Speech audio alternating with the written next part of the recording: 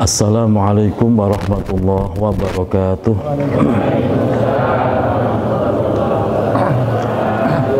Bismillahirrahmanirrahim. Alhamdulillahi rabbil alamin.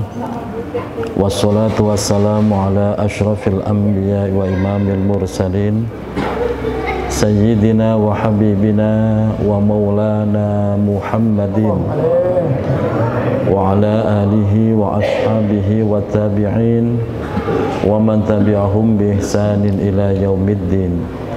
Hasbunallahu wa ni'mal wakil, ni'mal maula wa ni'man nasir, wa la hawla wa la quwwata illa billahil aliyyil azim. Allahumma anfa'na bima 'allamtana wa 'allimna ma yanfa'una bi rahmatika ya arhamar rahimin. Amin ya rabbal alamin. Al-Mukarramun, seluruh pengurus DKM Masjid Jami Al-Farongo, Ketua DKM Bapak Haji Abdul Jabbar, Al-Asatidzah Al-Kiram, para guru kita yang mulia, terkhusus guru kita Bapak Ustadz Burhanuddin, Bapak Ustadz Haji Rosim, Bapak Ustadz, para Bapak Asatidz lainnya. Mohon maaf tidak bisa menyebut nama, para tokoh masyarakat, Bapak Haji, Ibu Hajah, Bapak RT, Bapak RW, dan seluruhnya yang hadir pada kesempatan malam hari ini. Semoga Allah sehatkan lahir batin kita, Allah tambah-tambah keberkahan hidup kita, Allah istiqomahkan kita di dalam kebaikan. Amin ya rabbal alamin. Alhamdulillah wa syukurillah, segala puji bagi Allah pada kesempatan malam hari ini. Di malam yang cerah kita dikumpulkan kembali di taman surganya Allah, yaitu majelis ilmu, dan kita akan melanjutkan kajian kitab Nashaihul Ibad.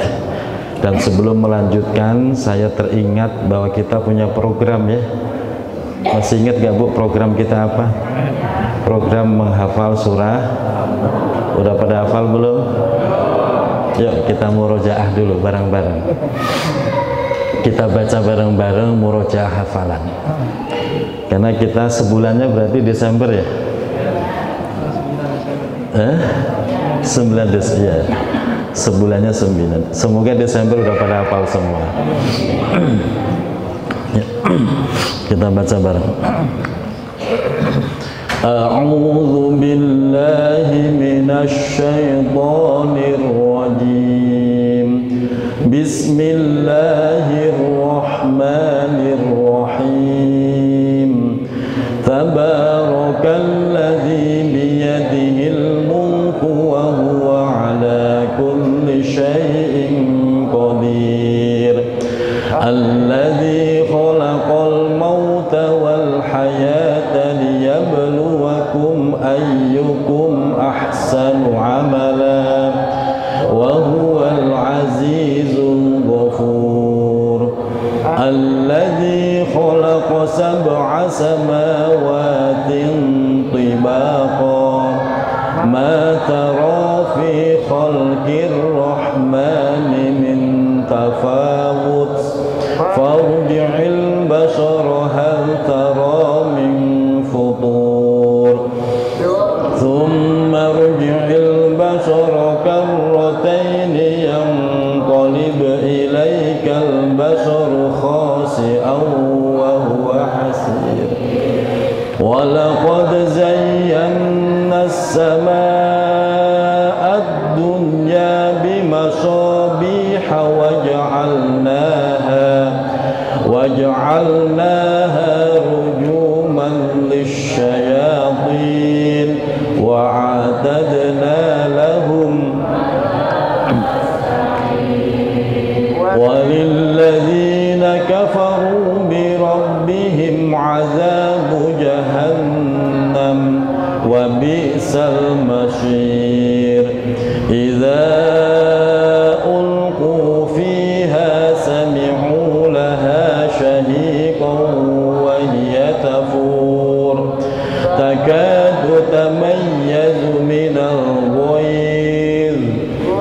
كلما ألقي فيها فوج سألهم خزنتها ألم قالوا بلى قد جاءنا نذير فكذبنا وقلنا ما نزل الله من شيء إن أنتم إلا في ضلال كبير وقالوا لو كنا نسمع أو نعقل ما كنا في أصحاب السعير فاعترفوا بذنبهم فسحقا لأصحاب السعير إن الذين يخشون ربهم بالغيب لهم مغفرة وأجر كبير. Shadaqallahul adzim. Separuh, besok separuh, insya Allah hafal. Ini tadi kelihatannya hafal semua udah. Kalau bareng-bareng kelihatannya hafal semua, insya Allah. Yang semangat ibu ya, yang semangat bapak-bapak, yang semangat. Satu hari satu ayat saja, insya Allah sebulan Al-Mulk sudah ketemulah. Kalau sudah hafal Al-Mulk silahkan mati aja. Tapi kalau belum hafal jangan mati, resiko Pak. Itu udah kita bahas kemarin. Semoga dengan modal Al-Mulk, kapan waktu Allah ambil ruh kita, Allah selamatkan kita di alam barzah, Allah utuhkan jasad kita, dan alam barzah menjadi taman surganya Allah. Makanya kalau belum hafal jangan mati. Makanya dihafalin, diingetin Om Rio udah hafal belum? Ketua majelis harus sudah hafal duluan. Insya Allah Desember Pak Haji kita akan wisuda hafalan surah Al-Mulk. Baik Bapak Ibu dirahmati Allah, sekarang kita lanjutkan kembali kajian Nasohul Ibad. Insya Allah Kamis depan kita akan murojaah lagi ayat berikutnya sampai benar-benar program ini sukses hafal semuanya nanti. Kita lanjutkan kajian Nasohul Ibad. Sekarang kita masuk makalah yang ke-39 ya. Bismillahirrahmanirrahim.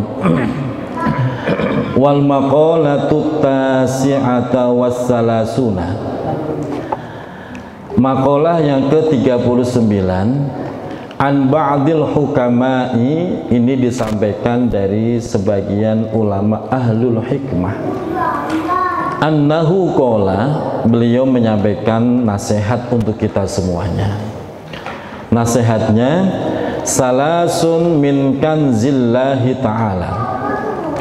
Salasun, ada 3 perkara min kanzillahi ta'ala yang termasuk merupakan gudang simpanannya Allah Subhanahu wa ta'ala.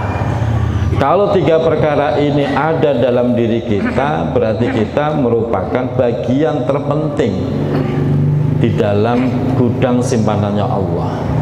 Jadi kalau ada bahasa simpanannya Allah, berarti sesuatu ini sangat berharga. 3 perkara itu apa? Yang pertama, al-faqru, yaitu fakir, kefakiran. Al-faqru yaitu kefakiran. Bapak Ibu kalau seandainya ditawari milih kaya apa milih fakir? Bapaknya kok nggak jawab? Milih kaya apa fakir, Pak? Padahal yang menjadi sesuatu yang berharga itu justru fakir. Kefakiran itu bagi Allah sesuatu yang sangat istimewa dibandingkan kekayaan. Tapi ya begitulah manusia, selalu milih kaya. Saya kasih perbedaannya, saya tunjukkan. 1, orang fakir sama orang kaya sama-sama melakukan amal ibadah, pahalanya banyakkan orang fakir. Sama-sama baca Quran, Al-Mulk cuma 30 ayat, yang kaya yang fakir baca, maka yang fakir pahalanya lebih banyak. Kenapa demikian? Karena tanggung jawabnya berat.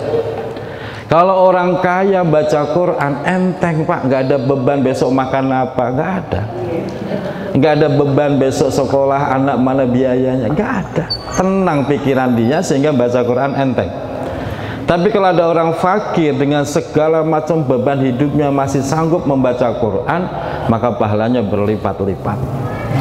Kalau satu huruf bagi orang kaya 10 kebaikan, bagi orang fakir satu huruf 100 kebaikan. Kenapa? Dia baca Quran sementara pikirannya masih mikir besok makan apa. Dia baca Quran walaupun beban hidupnya masih mikir besok SPP anak dibayar pakai apa, dan seterusnya dan seterusnya. Maka pahalanya lebih banyak orang fakir. Ibu milih kaya apa fakir? Masih kaya juga. Kok masih milih kaya sih?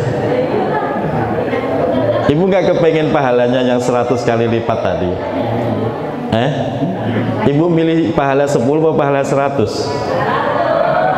Berarti harus milih masih kaya. Manusia itu begitu. Yang kedua, kemuliaan orang fakir, Bapak Ibu, doanya lebih mustajab daripada orang kaya. Kenapa? Karena kalau orang fakir itu doanya tembus sampai ke hati.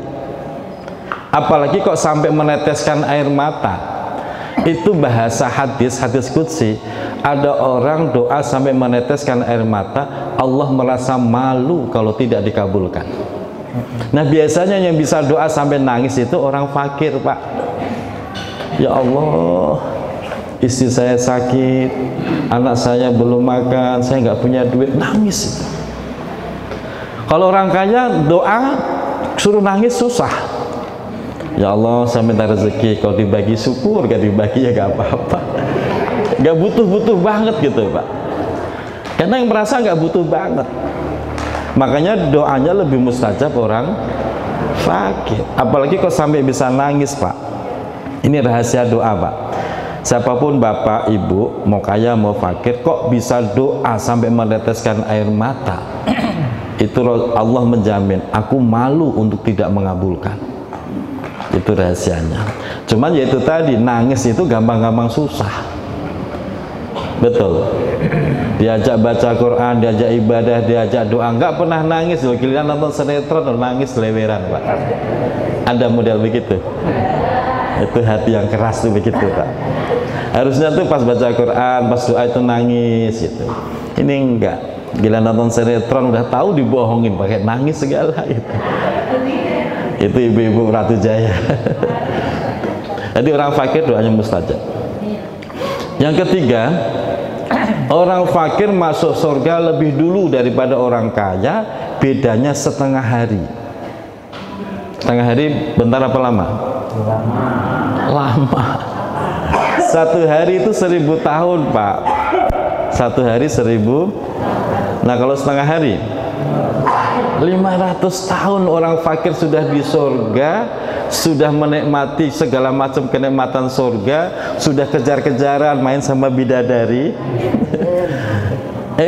Udah 500 tahun orang kaya baru nongol tuk-tuk-tuk gitu kan.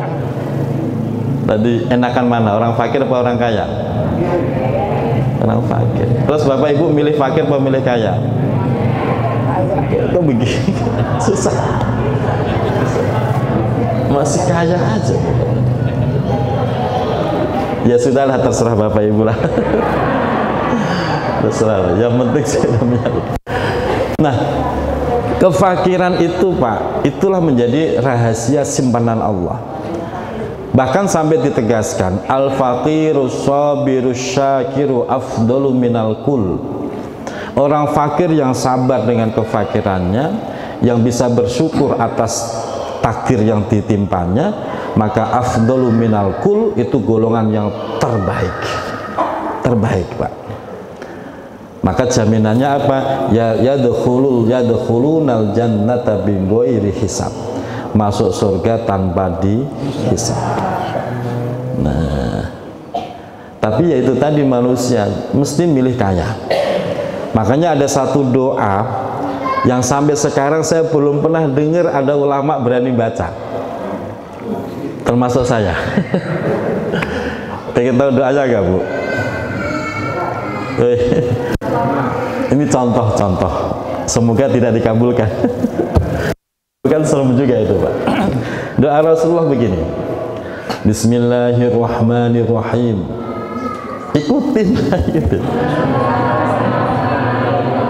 Allahumma ahyini miskinan wa amitsni miskinan wahsyurni fi zumratil masakin. Ibu tahu artinya apa enggak? Untungnya enggak tahu.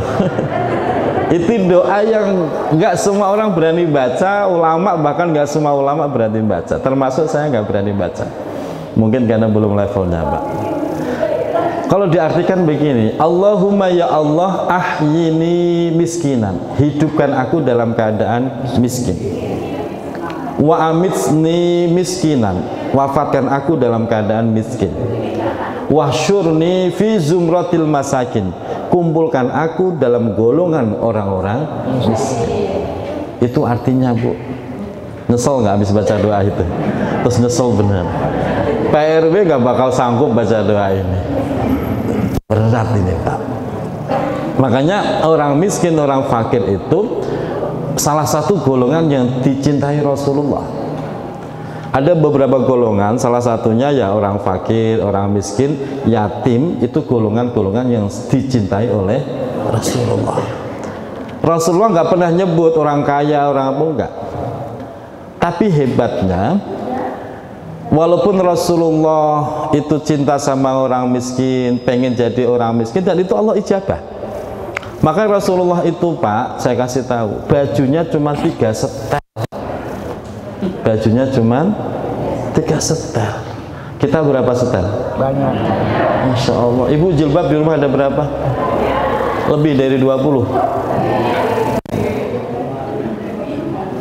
Rasulullah cuma 3 setel. Sendal Rasulullah cuma 1. Kalau putus jahit lagi, putus jahit lagi. Jadi benar-benar Rasulullah itu hidup dalam keadaan yang sangat pas-pasan. Dan itu memang pilihan Rasulullah. Bukan kalau Rasulullah nggak sanggup untuk kaya, Rasulullah tinggal bilang, malaikat Jibril udah menawarkan diri, kalau engkau izinkan aku jadikan gunung Uhud menjadi gunung emas. Rasulullah enggak, memilih hidup miskin. Dan ini ada hikmah yang besar, loh, Pak. Kalau seandainya Nabi kita hidup bergelimang harta, justru Bapak nggak kebagian kebaikan, nggak kebagian syafaatnya. Maka Rasulullah siap menanggung kemiskinan umatnya, siap menanggung kesedihan umatnya, yang penting umatnya pada kaya, pada bahagia, pada senang. Alhamdulillah. Itu hebatnya Nabi kita Muhammad SAW. Sampai Rasulullah wafat, ya tidak meninggalkan apa-apa. Jadi nggak ada peninggalan warisan harta benda dari Rasulullah, itu nggak ada. Nggak ada. Karena memang pengen diwafatkan dalam keadaan miskin. Orang diwafatkan dalam keadaan miskin itu bahagia sekali, loh, Pak. Kenapa? Bapak terbebas dari hisab itu semua. Betul nggak? Bapak mati, harta melimpah. Yang nanggung hisabnya siapa? Yang nanggung hisabnya siapa? Yang matilah. Oh, udah banyak melimpah, ternyata utang juga di mana-mana, repot lagi kan? Maka paling enak itu orang mati dalam keadaan miskin. Makanya nih bapak kan hartanya lagi banyak nih. Mumpung belum mati, Pak, habisin tuh harta. Ini serius ini, habisin. Titipin di masjid, titipin di musola, berikan ke janda-janda, janda tua maksudnya, Om. Titipin ke pesantren. Habis itu mati deh. Oh, itu nikmat sekali, Pak. Bapak ringan hisabnya. Lo namanya harta, Pak, jangankan yang haram, yang halal jadi hisab loh. Betul. Makanya usahakan ibu bapak, ntar kalau bapak mau mati udah habisin tuh harta. Kalau perlu dibagi, bagi ke anak-anak ya, habis itu udah mati, matinya miskin harta tapi banyak amal. Amin ya rabbal. Nah fakir itu terbagi 3. Fakrul ilmi, fakrul amal, fakrul mal. Fakir itu ada 3, ada fakir ilmu, fakir amal, dan fakir harta. Yang paling bapak ibu takutkan fakir apa? Bohong. Dari tadi minta kaya mulu kok.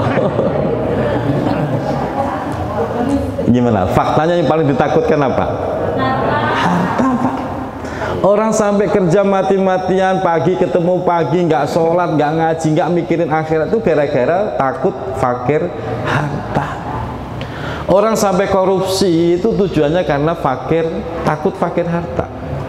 Orang sampai maling, rampok itu gara-garanya apa? Karena takut fakir harta. Padahal yang paling membahayakan itu bukan fakir harta. Fakir harta malah ringan, nggak punya rumah, alhamdulillah, malah besok tidak ada hisab rumah. Nggak punya istri, Bang Dani, alhamdulillah, tidak ada hisab istri. Begitu. Jadi nggak usah berpikir nikah lagi, Bang Dani, dinikmatin aja gitu loh. Gitu Ustaz. Ternyata kiri kanan saya duda semua. Mohon maaf para duda. Tenang, ini nggak ada hisab istri itu loh, tenang. Lo kalau nikah lagi ya besok siap-siap nanggung hisabnya istri, gitu Pak Haji. Iya. Insyaallah. Jadi dinikmatin. Yang paling bahaya itu adalah fakir ilmu, Pak. Yang paling bahaya. Sebab kalau orang udah fakir ilmu, otomatis akan fakir harta, fakir amal. Betul? Dan kejahatan yang paling bahaya itu kejahatan yang dilakukan orang yang fakir ilmu, karena dia tidak pernah menyadari bahwa dirinya salah. Dia berbuat dosa tapi nggak pernah sadar bahwa dirinya sedang berbuat dosa. Kenapa? Karena fakir ilmu. Beda dengan orang berilmu, seandainya dia berbuat dosa, dia masih tahu jalan pintu tobatnya. Saya dosa, insya Allah saya akan tobat. Nah, paling tidak dia punya ilmunya, kembali tobat. Tapi kalau bodoh, tidak punya ilmu, dia dosa tapi tidak pernah merasa dosa, dan itu membahayakan sekali. Makanya harusnya ilmu yang kita khawatirkan. Cuman rata-rata orang itu pada takut fakir harta. Ibu milih kaya apa milih fakir? Oh, masih kaya lagi. Susah. Ya sudahlah, semoga dijabah oleh Allah.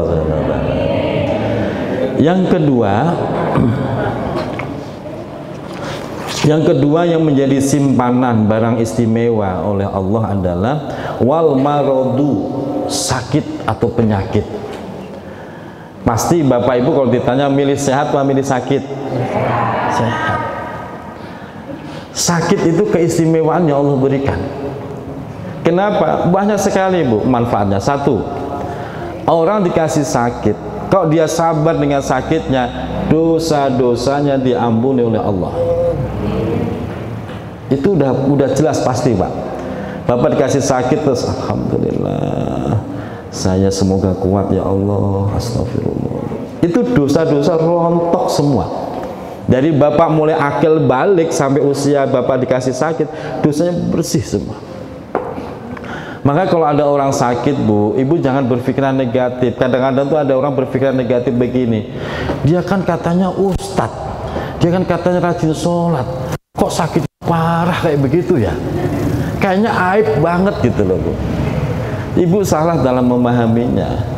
Justru ketika dikasih sakit sampai meninggal, itu cara Allah membersihkan dosa-dosanya.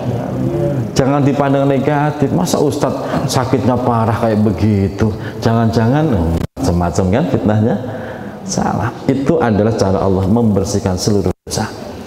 Yang kedua, orang sakit itu Allah angkat derajatnya, baik di dunia terlebih nanti derajat di akhirat. Allah sakit. Makanya penyakit, ujian yang berat itu akan mengangkat derajat seseorang. Maka dalam kelompok kenabian ada namanya kelompok ulul azmi. Nabi dengan predikat ulul azmi, karena banyak sekali musibahnya dan itu mengangkat derajat kenabiannya. Salah satunya baginda Rasul Muhammad SAW. Dan dengan sakit Pak, dengan sakit, selama Bapak ikhlas dengan sakit itu, setiap doa yang Bapak ucapkan itu menjadi ijabah, menjadi mustajab depan Allah, dikabulkan di dunia atau disimpan di akhirat. Itu Allah punya urusan, tapi yang pasti itu. Makanya ketika Bapak nengokin orang sakit, satu, kita doain dia biar sembuh, yang sakit juga mendoakan. Karena dalam posisi seperti itu sama-sama mustajab. Yang menengokin orang sakit ya doanya mustajab, sakit yang sabar itu juga doanya mustajab. Itu orang sakit. Tapi kalau orang sehat Pak, orang sehat itu biasanya nih itu lupa untuk syukur. Orang sehat itu lupa untuk syukur, ibadahnya juga kadang kendor itu gara-gara sehat. Maka banyak sekali orang itu ditegur Allah, dikasih penyakit itu biar sadar, biar ibadahnya semakin meningkat. Makanya kalau lagi dikasih sakit, berusaha untuk sabar, biar dosa-dosa kita diampuni oleh Allah. Itu simbol Allah. Dan ada hadis lagi Pak Husin, ketika orang itu sakit dan dia merintih di dalam sakitnya, merintih loh Pak, merintih itu artinya menahan sakit tapi tidak berkeluh kesah. Saking sakitnya sampai berhenti, ya Allah gitu. Itu Allah tuh tersenyum Pak. Jadi Allah tuh seneng kalau ada hambanya merintih saat dalam musibah atau kesakitan. Yang penting jangan berkeluh kesah. Hanya merintih, manusiawi lah, namanya orang dikasih sakit ya pasti merintih. Nah itu Allah seneng. Makanya saya punya guru tuh unik. Guru saya, kiai saya itu kalau sakit, kalau orang-orang kan astagfirullahaladzim, astagfirullahaladzim gitu, kiai saya enggak, kalau sakit gitu gitu, gitu. Ada kan model begitu? Sampai ditegur sama Bu Nyai, bah, lalu kiai sakit kok malah gerendeng, apa gerendeng ya? Iya. Gerendeng begitu. Abah sambil sakit sambil dalil, Allah tuh seneng kalau dengar abahnya lagi merintih, saya lagi merintih gitu. Jadi kiai itu punya ilmu, itu lagi merintih. Tujuannya apa? Menyenangkan Allah. Karena Allah tersenyum ketika hambanya dikasih sakit, dia tetap sabar dan dia merintih menahan sakitnya. Itu Allah tersenyum, bahasa hadisnya begitu. Maka kalau ada saudara kita sakit-sakit kok jangan diomel-omelin. Bisa jadi dia pengen menyenangkan Allah. Beda kalau yang kasih sakit, ada orang kasih sakit itu istighfar enggak, merintih enggak, yang ada nggak marah mulu, ngomel mulu ada. Dilayanin ini enggak kebenaran marah, dilayanin ini enggak kebenaran marah, ada orang begitu ya. Nah, kan kebasalah nggak dirawatin itu orang tua, dirawatin kok nguji kesabaran gitu ya. Nah, makanya ngaji itu penting. Semoga walaupun kita sehat tetap dijaga. Caranya apa? Caranya rajin nengokin orang sakit. Ada sebuah keterangan Bapak Ibu, orang yang rajin nengokin orang sakit justru dihindarkan dari penyakit itu. Kalau Bapak Ibu pengen bebas dari penyakit jantung, kalau ada orang sakit jantung tengokin Pak, tengokin, doain, nanti Ibu terhindar dari penyakit jantung. Kalau kemarin ada rame-rame kena apa, penyakit COVID, Ibu mah jangan takut, tengokin. Iya, teorinya begitu kok, tengokin, insya Allah terhindar dari penyakit COVID. Tapi kemarin kan enggak, baru panas aja itu loh, suami aja gak berani nengokin istrinya, iketin takut. Aduh, udah berubah semua. Dan itu saya rasakan betul Pak, saya rasakan betul. Alhamdulillah kita tengokin orang sakit sambil mendoakan dan mendoakan diri juga, semoga dia sembuh dan kita terhindar dari penyakit semacam itu. Makanya rajin nengokin orang sakit, Allah jaga kesehatannya. Amin ya Rabbal. Yang ketiga yang menjadi simpanan Allah adalah Wasabru, sifat sabar. Sabar, Bu. As-sabru nisful iman. Sabar itu bagian dari iman. Maka al-imanu nisfani, as-sabru wasyukru. Imannya cuma dua, sabar sama syukur. Jadi orang kalau ngaku iman, isinya cuma dua. Kalau nggak sabar ya syukur, kalau nggak syukur ya sabar. Kenapa demikian? Karena memang kehidupan kita itu di antara dua itu, Pak. Kalau nggak lagi seneng ya sedih, kalau nggak lagi sedih ya senang, ya begitu. Jadi nggak ada ceritanya orang kok hidupnya seneng terus, nggak ada. Suatu saat dia akan kena masalah membuat dirinya sedih, betul. Tapi nggak usah kecil hati, karena nggak ada ceritanya orang kok hidupnya sedih terus, nggak ada. Suatu saat dia akan bahagia, betul. Jadi orang iman itu isinya kalau lagi seneng ya syukur, kalau lagi ada musibah ya udah sabar. Kalau itu bisa kita lakukan, syukur, sabar, sabar, syukur, maka semuanya menjadi pahala dan semuanya akan menjadi apa namanya kafaroh, penghapus dosa kita. Amin ya rabbal alamin. Sabar. Sabar berat apa ringan? Apanya berat?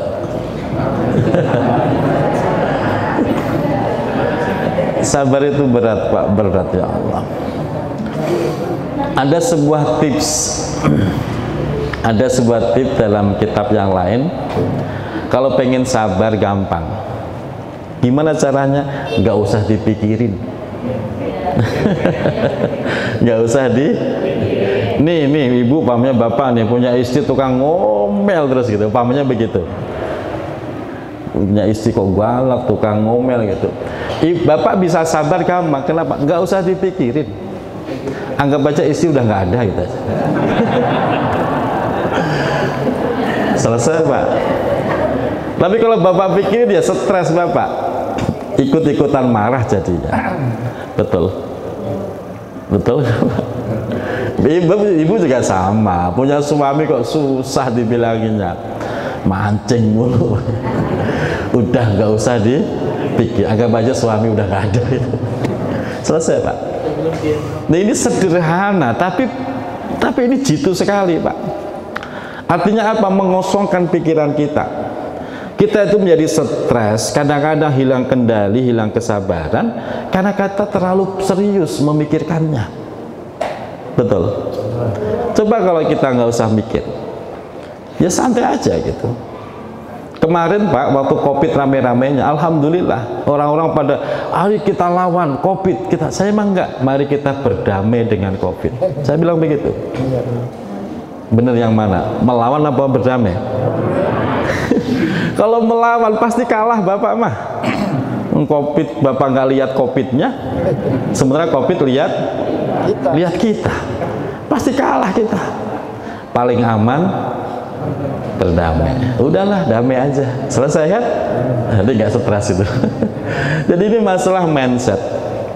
Bagaimana mengolah cara berpikir kita. Nah, sabar itu sama, Bu. Kita bisa sabar itu kalau kita ya santai aja. Pamit ada masalah, ya Allah, ini sudah bagian dari takdir Allah. Ya sudah. Serahkan ke Allah, nggak usah dipikirin lagi. Walau udah diserahkan ke Allah, nggak usah dipikirin. Cuman kita kan melatih itu tuh susah. Melatih untuk menyerahkan kepada Allah, hasbunallah wa ni'mal wakil. Kalau ngomong mah gampang, Pak. Tapi melatih hati untuk hasbunallah wa ni'mal wakil, ni'mal maula wa ni'man nasir, itu susah. Karena ketika orang itu udah terlatih seperti itu, orangnya akan selalu tenang, Pak. Tenang. Maka yang menguatkan hati kita bisa sabar tidak lain adalah zikir, mengingat Allah Subhanahu wa ta'ala. Untungnya orang yang sabar. Satu, ulaika alaihim sholawatun mir rabbihim. Orang yang sabar Allah janjikan dalam surah Al-Baqarah itu mendapatkan anugerahnya Allah, mendapatkan sholawatnya Allah. Sholawat itu kalau terjemahan diartikan anugerah. Padahal sholawat itu artinya ketika Allah memberikan sholawat kepada seseorang, itu artinya Allah mengampuni seluruh dosa-dosanya. Itu anugerah. Atau bisa diartikan rezeki yang tidak terduga-duga. akan Allah bahagiakan. Kalau mau sabar, pasti Allah bahagiakan. Nggak pakai insya Allah Pak, kalau bicara ayat Quran jangan pakai insya Allah, pasti akan Allah bahagiakan. Dan sebenarnya Allah itu menghendaki kesabaran kita tuh sedikit kok Pak, nggak banyak, sedikit. Cuman kitanya yang kadang-kadang nggak sabaran gitu loh, sampai kapan ini ujian gitu kan. Padahal Allah tuh menghendaki sedikit kesabaran dari kita dibandingkan nikmat yang Allah berikan, sedikit sekali. Makanya ketika saya dapat musibah, dapat ujian, saya itu selalu ingat, biasanya kalau habis dikasih ujian begini Allah akan menggembirakan saya nanti. Dan itu betul Pak. Salah satu contoh, udah habis waktunya. Salah satu contoh Pak, saya tahun 2010 saya bisa beli mobil. Ini cerita bukan mobilnya Pak, pokoknya bisa beli gitu aja. Itu saya diuji Allah, ya Allah, saya waktu itu saat kalau pulang ke Kudus naik bus. Satu, saya istri punya bayi, anak baru 2 tahun, istri juga hamil. Di bus nggak mau duduk, saya gendong itu dari Depok Pak, itu sampai Cirebon berdiri saya Pak. Karena anak nggak mau diajak duduk, maunya berdiri digendong. Istri lagi hamil, mabuk muntah sambil gendong sambil mijitin. Ya Allah, coba bayangin dari Depok sampai Cirebon berdiri loh Bu, nangis lagi sambil pegangan, sambil gendong, sambil mijit. Aduh, nggak karu-karuan. Tapi karena kita santri Pak, ya Allah, saya kepengen kapan waktu saya pulang lagi saya udah punya mobil sendiri. Itu dijabah oleh Allah. Kalau sakit mah sakit ngerenes Pak, sampai tetangga bis aja, sini Pak saya gendong anaknya, nggak mau anaknya, mau samanya ayah dulu. Udah kita paksa begitu, tapi dijabah oleh Allah. Maka ketika Allah ngasih ujian, harusnya Bapak bahagia, pasti Allah akan memberikan kebahagiaan. Yang penting kita sabar. Betul itu Pak. Dan masih banyak lagi Pak. Ketika saya siap-siap nabung duit buat umroh, ujiannya besar sekali. Ibu saya sakit jantung, harus punya duit minimal 30 juta. Saya lagi nabung dapat 12 juta. Pilihannya ini pertarungan batin, ini buat orang tua atau buat umroh. Saya nabung ini buat umroh. Saya pilih buat orang tua. Saya habiskan semua tabungan saya habiskan. Itu kan sebuah ujian yang berat, yang kita impi-impikan umroh gagal total. Bayangan kita begitu Pak. Tapi ternyata enggak, begitu orang tua udah selesai, udah sembuh, udah masa kritis sudah lewat, saya balik ke Depok, ternyata dalam waktu seminggu Pak, Allah bahagiakan saya bisa umroh berdua sama istri gratis, plus uang sakunya, plus pulang dapat untung yang banyak. Ujiannya yaitu tadi, harus diuji dulu. Makanya semakin besar ujian itu, maka akan semakin besar kebahagiaan yang akan Allah berikan. Jadi ibarat nikmat itu berbanding Pak. Ingat, teorinya nikmat dengan ujian itu berbanding. Kalau ujiannya berat, nikmatnya besar. Kalau ujiannya ringan, nikmatnya ringan, kecil. Maka Bapak tenang aja, kalau lagi diuji berat, tenang. Ini pasti Allah akan nyiapin kebahagiaan yang sangat besar. Itu ilmunya. Pegang yang kuat sehingga kita menjalani kehidupan itu ya asik aja, santai gitu Pak. Sakit ya sakit, biasalah sakit. Nyesek ya nyesek lah. Cuma tetap santai, tetap bisa menikmati. Waktunya ngopi ya ngopi lah. Semoga Allah golongkan kita orang yang sabar. Amin ya rabbal alamin. Mohon maaf lahir batin. Sekali lagi saya pesan di rumah Al-Mulk dihafalin ya. Jadikan menghafal Quran itu hiburan kita. Orang yang salih, orang yang salihah, hiburannya itu menghafal Quran. Semoga menjadi ahlul Quran. Amin. Assalamualaikum warahmatullahi wabarakatuh.